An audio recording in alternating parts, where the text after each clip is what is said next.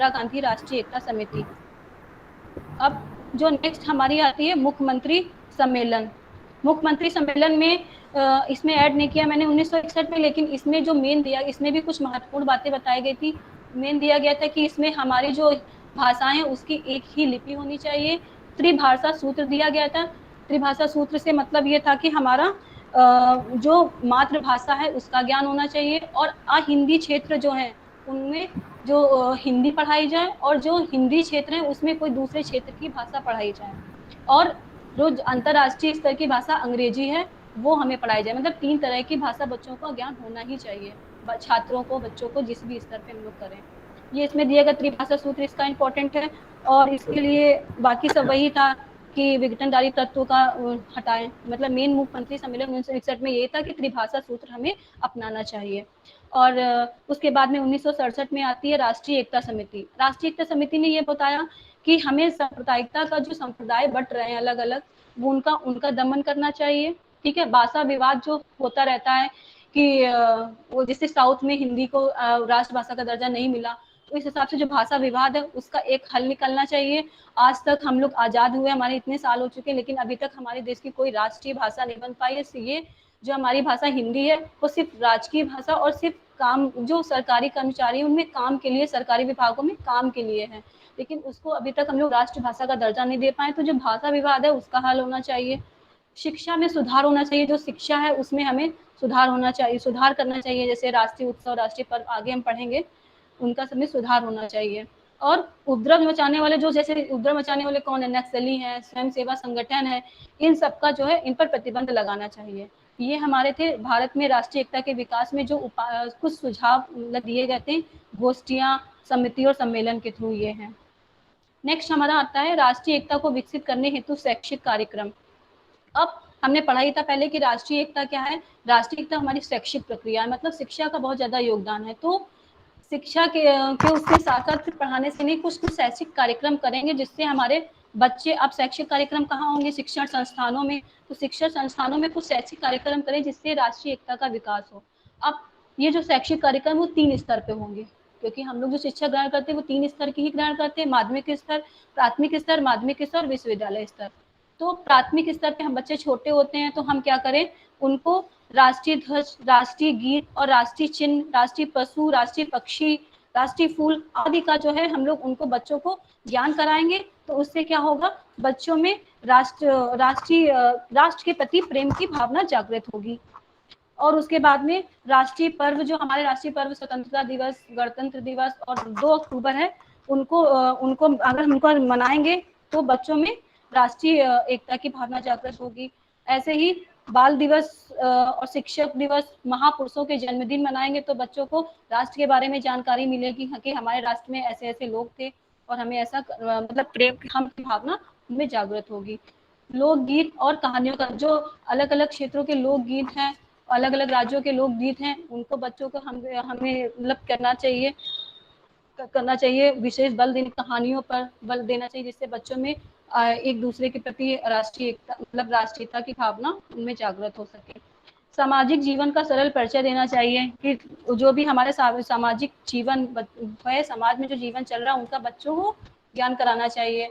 बालकों को प्रत्येक क्षेत्र के मानव भूगोल का हल्का हल्का ज्ञान भी देना चाहिए, जिससे बच्चों में क्या हो, उनको ज्ञान थोड़ा सा बढ़ता रहे और वो शैक्षिक कार्यक्रम के थ्रू हम लोग राष्ट्रीय एकता विकसित कर सके बच्चों में। अब माध्यमिक स्तर पे हमें क्या करना चाहिए, माध्यमिक स्तर में बच्चों को हम सामाजिक और सांस्कृतिक इतिहास का ज्ञान कराएं बालकों को, तो हमारी उनमें हम की भावना जुड़ेगी।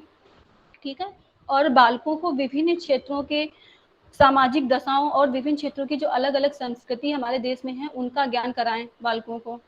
और क्या करें, बच्चों में राष्ट्रीय चेतना का विकास करें और हमारे भारत के आर्थिक विकास का ज्ञान कराएं।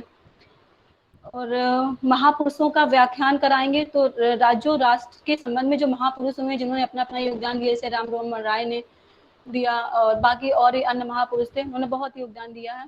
ठीक है, राष्ट्रीय एकता को विकास करने में उसका ज्ञान कराएं और राष्ट्र भाषा पर अधिक बल दें, राष्ट्रभाषा का अधिक से अधिक प्रयोग करें, प्रोग्राम कराएं, तो हमारे शैक्षिक कार्यक्रम कराएंगे तो राष्ट्रीय एकता का विकास होगा।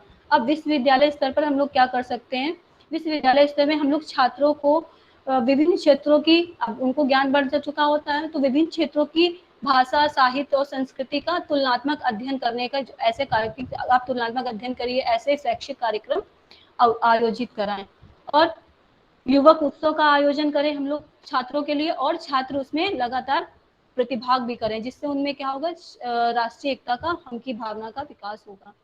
और अध्ययन गोष्ठियां और आयोजन, विचार गोष्ठियां करें जिससे बच्चे राष्ट्र के प्रति जाने, और वो आयोजन करें, एक दूसरे के विचार एक दूसरे के साथ की बताएं, एक दूसरे को विचार बताएंगे, जिससे उनमें क्या होगा, राष्ट्रीय एकता का विकास होगा। इस तरह से जो ये हमारे शैक्षिक कार्यक्रम के द्वारा भी हम राष्ट्रीय एकता को विकसित कर सकते हैं। अब नेक्स्ट आता है राष्ट्रीय एकता के विकास में शिक्षकों की क्या भूमिका है।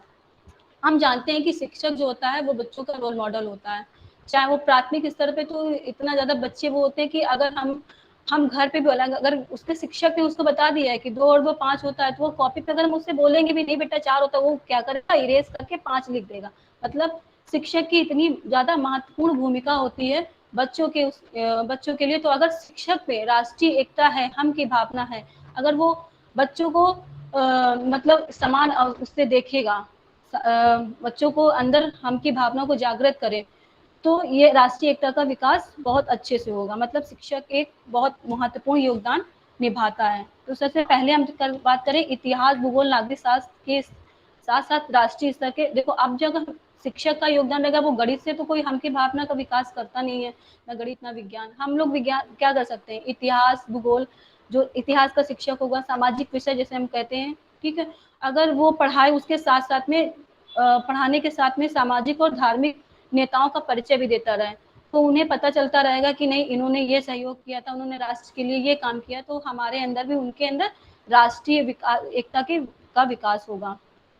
दूसरा पॉइंट आता है बच्चों में स्थान, जाति, धर्म, संस्कृति आदि किसी भी आधार पर शिक्षक क्या है, वही हमने जो पहले बात करी थी कि वो किसी भी जाति विशेष, धर्म विशेष का भेदभाव ना करे, बल्कि सबके साथ समान व्यवहार करे। चाहे वो विद्यालय में प्रवेश की बात हो तब भी कोई जाति वर्ग ना हो, चाहे वो छात्रवृत्ति आवंटन की बात हो, छात्रावास की आवंटन की बात हो, सहपाठचर्या की बात हो, क्योंकि हमारे कक्षा में बहुत सारे वर्ग के लोग आए हुए होते हैं, और चाहे वो शिक्षण विधियों की बात हो, विषय चयन की बात हो, तो अगर शिक्षक एक साथ समान व्यवहार रखेगा, उदार का भाव रखेगा, तो बच्चे भी उसी का अनुसरण करेंगे, उन्हीं का अनुकरण करके वो ऐसे सीखेंगे कि हमें सबके साथ में समान व्यवहार करना चाहिए, हम की भावना जागृत होगी।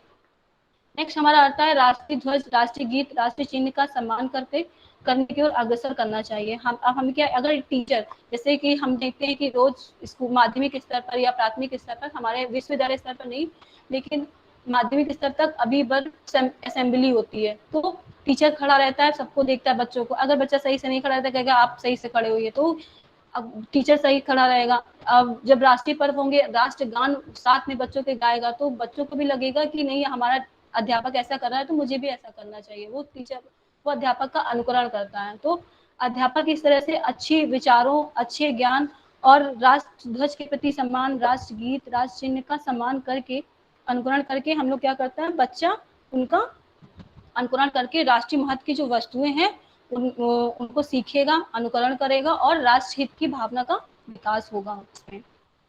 अभिभावकों का सहयोग, ठीक है, अभिभावकों का सहयोग भी शिक्षकों को लेना पड़ेगा, क्योंकि हमेशा तो बच्चा कभी भी शिक्षक के साथ रहता नहीं है, वो परिवार के लोगों के साथ रहता है।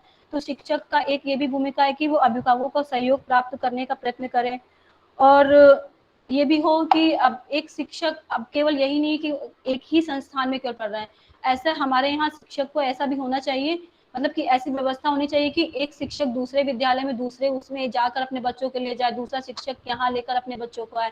उससे क्या होगा कि बच्चों में एक दूसरे में दूसरे की संस्कृति, दूसरे के लोगों के साथ रहने का मौका मिलेगा, कुछ दूसरों से सीखेगा, उदारता का भाव करेगा, तो इससे भी राष्ट्रीय एकता का विकास होगा। और हिंदी भाषा का ज्ञान होगा, तो अगर हिंदी भाषा का ज्ञान भी शिक्षक को होना चाहिए, हिंदी भाषा का अगर उसे ज्ञान होगा तो वो बच्चों को सिखाएगा, और जो हमारी राष्ट्रभाषा मतलब तो राष्ट्रभाषा का प्रयोग करेगा, तो इससे बच्चों में भी राष्ट्रभाषा के प्रति सम्मान होगा, और बच्चे राष्ट्रीय शिक्षा के द्वारा राष्ट्रीय एकता का विकास भी सीखेंगे। इस तरह से हमने देखा कि एक आदर्श शिक्षक जो होता है वो अध्यापन कार्य में उन सभी अवसरों का प्रयोग करेगा जिसको सामूहिक रूप से बच्चों को वो सिखा सके, सामूहिक रूप से कार्य करे और बच्चों को राष्ट्रीय एकता के विकास के में सिखा सके। ये हो गया राष्ट्रीय एकता में विकास में शिक्षकों की भूमिका।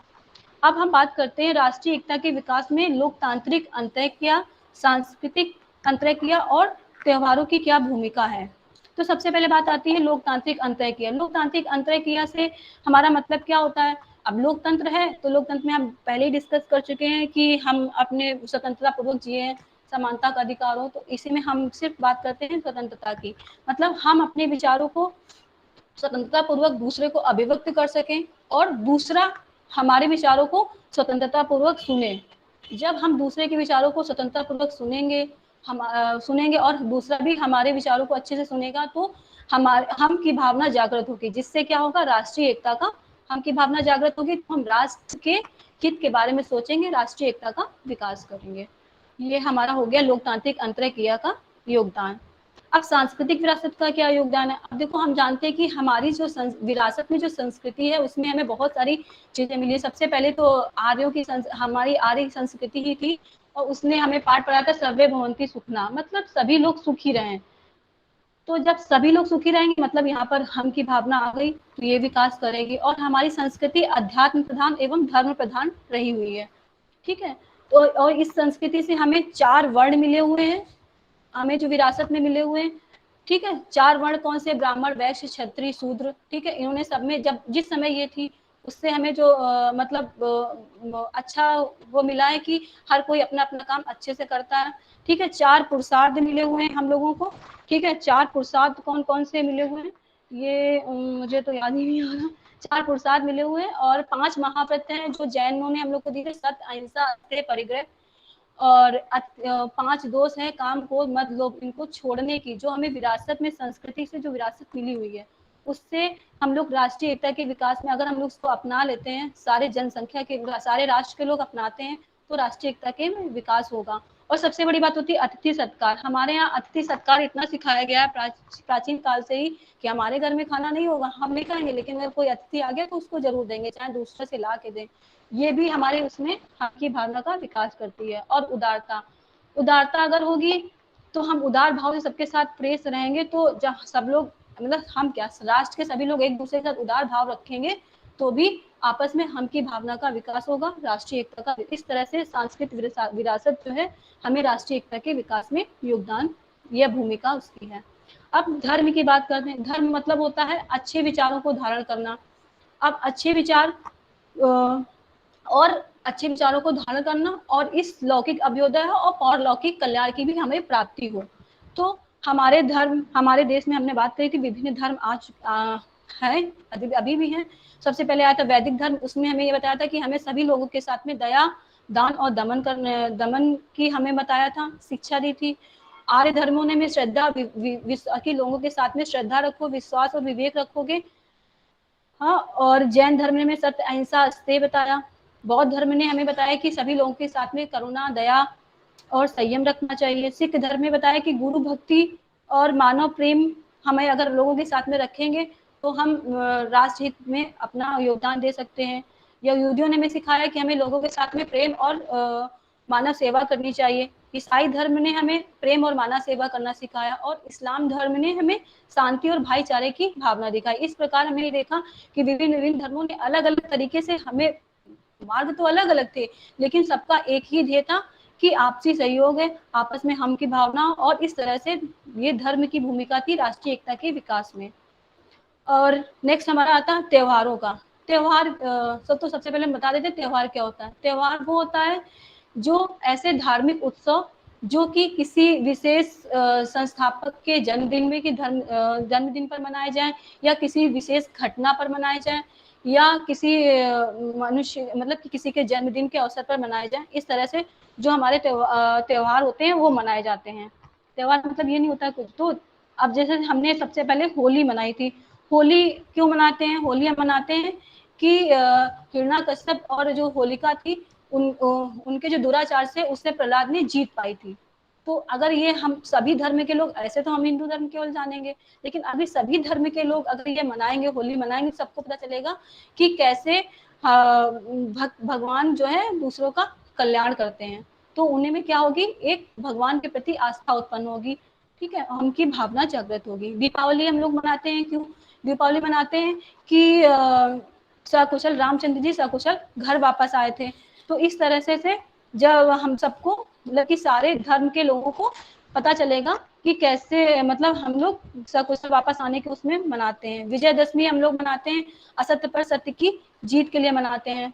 और महावीर जयंती महावीर स्वामी के जन्मदिन के अवसर पर मनाया जाता है। तो हमें पता, सभी लोगों को पता चलेगा, सभी लोगों को कि कैसे मतलब महावीर स्वामी ने कितना योगदान दिया था हमारे राष्ट्र के क्या उसको बोलते हैं, राष्ट्र को जो विकास में, विकास नहीं कह सकते हैं, राष्ट्र के सॉरी मैं भूल रही हूँ क्या था, मतलब राष्ट्र के अभ्युदय में जब लोग बहुत परेशान हो गए तो वैदिक धर्म से तब हमारा जैन धर्म आया था, तो उसे उसको याद दिलाने के लिए। ऐसे ही बुद्धि पूर्णिमा हम लोग बुद्ध के जन्मदिन पर मनाते हैं, ताकि सभी लोग एक दूसरे का आदर करें। गुरु नानक के जन्मदिन के अवसर। और ईद उल फितर 30 दिन का रोजा रखने के बाद दूसरे दिन जब चंद्रमा दिखाई देता है तब मनाया जाता है।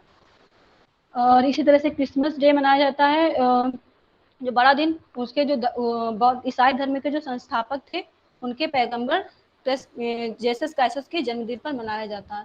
तो इस तरह से हमने देखा कि हमारे भारत में विभिन्न तरह के त्योहार सभी लोग धर्म के लोग मनाते हैं। तो इससे क्या होगा, सभी लोग एक दूसरे के धर्म का सम्मान करेंगे और उन आपस में हम की भावना जागृत होगी, और राष्ट्रीय एकता, हम की भावना जागृत होगी तो राष्ट्रीय एकता का विकास होगा। इस तरह से हमने ये देखा। Okay, thank you class. Hello hello. हाँ, सब सुन रहे हैं आपको। मुझे लगा था आवाज ही नहीं आ रही थी। अगर आपको कोई प्रश्न इसमें से पूछना हो, सर आज मैंने थोड़ा शॉर्ट करके बताया। कोई प्रश्न किसी को पूछना हो तो आप प्रश्न पूछिए, यदि किसी को और कुछ बोलना है तो जोड़िए। यस,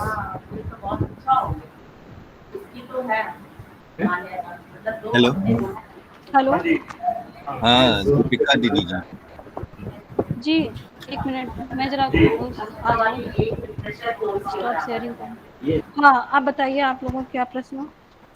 जी आपने इसमें लास्ट में एक बात बोली कि जीसस क्राइस्ट मतलब क्रिश्चियनिटी के पैगंबर, तो मैं यहाँ पे एक चीज क्लियर करना चाहता हूँ, वो पैगंबर नहीं थे, ही वॉज द सन, मतलब बेटे थे बाप आसमानी मतलब पिता परमेश्वर के। तो ओके, ये एक्चुअली कई लोगों को डाउट है इस पे, तो मैंने ये चीज क्लियर करी है। And the rest was very awesome, good, सब कुछ बहुत डिटेलिंग में था और बहुत अच्छी तरीके से समझाया आपने।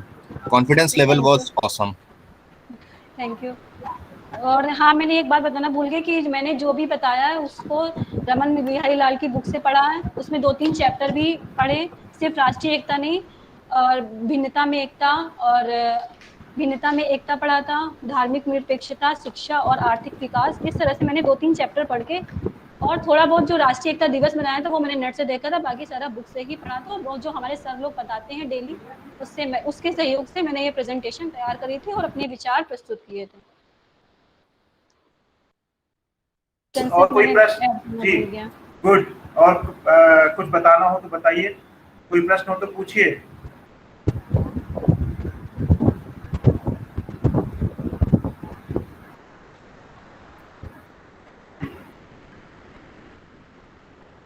Yes, any suggestion please. Deepika के लिए कोई सुझाव है आप लोगों का?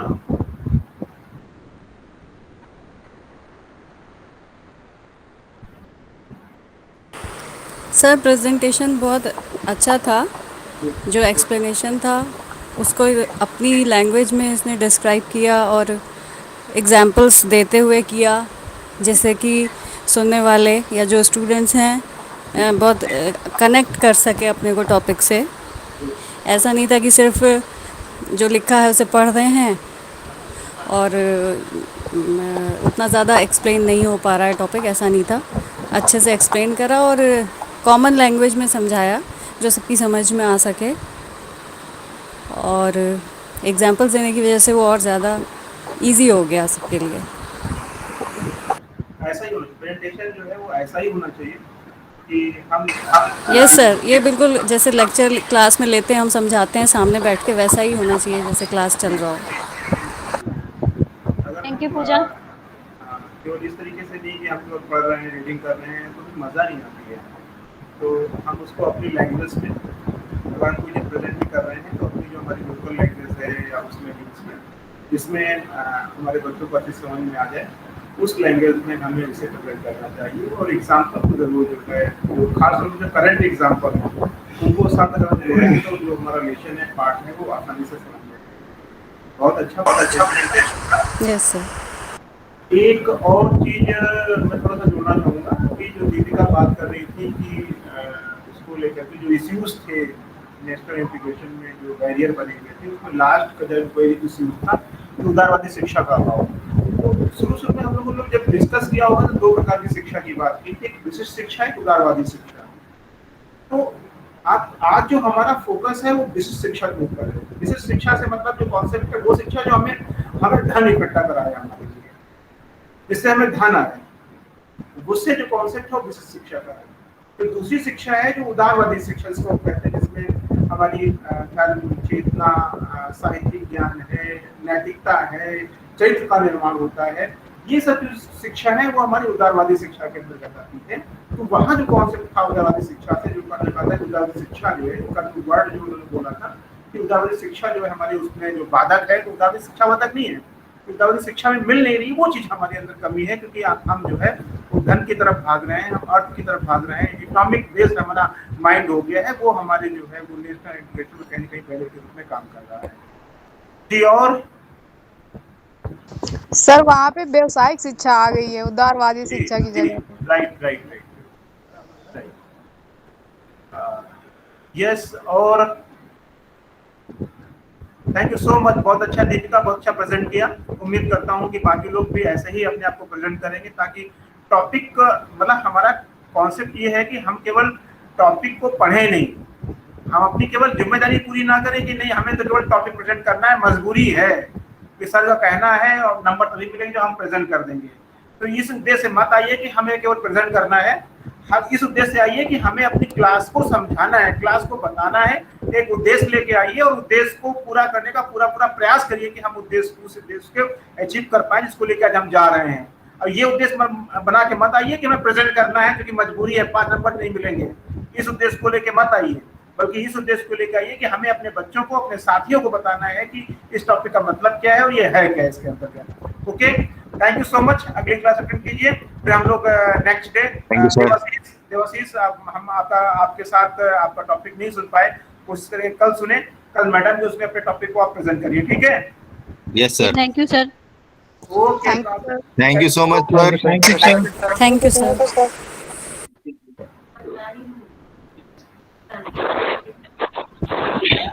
मेरा तो डीपी चल रहा है ना 5 दिन का, मैं कहाँ जाऊँगा? फिर बताया मैं ले लेता।